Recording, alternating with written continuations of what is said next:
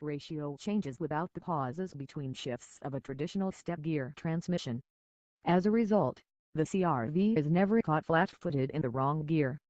The new engine doesn't need to rev quite as high to make peak power, but NVH takes a turn for the worse when the normally sweet-sounding engine rumbles along at a fuel-saving 1200 RPM cruising with light throttle.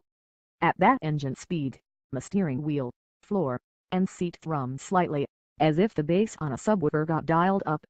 The CR-V is otherwise one of the quietest running crossovers in the compact class, but it would benefit greatly from a Honda NSC-like noise cancellation system. Dropping the CR-V into sport mode raises revs and quells the rumble but doesn't help fuel economy, which, by the way, was a somewhat disappointing 24 miles per gallon, same as the 2012 FWD model, although it must be noted that we tend to drive harder than your typical CR-V owner. Everything else is quite cheery. The CR-V's generous front caster and rack-mounted electric power steering deliver a naturally weighted feel that's never darty. The vehicle feels planted in its lane with decent self-centering and aligning toward for confident highway cruising, yet with an organic effort build up as steering angle increases. The ride quality is everyday, firm but never harsh over impacts.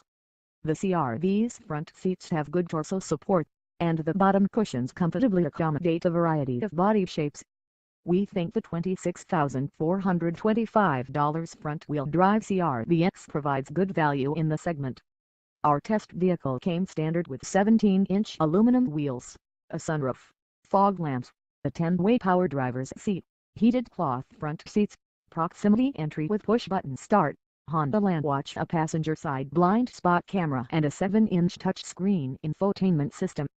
The single detraction from the infotainment's user-friendliness is a thin row of tiny hard buttons that are difficult to see and hit while driving.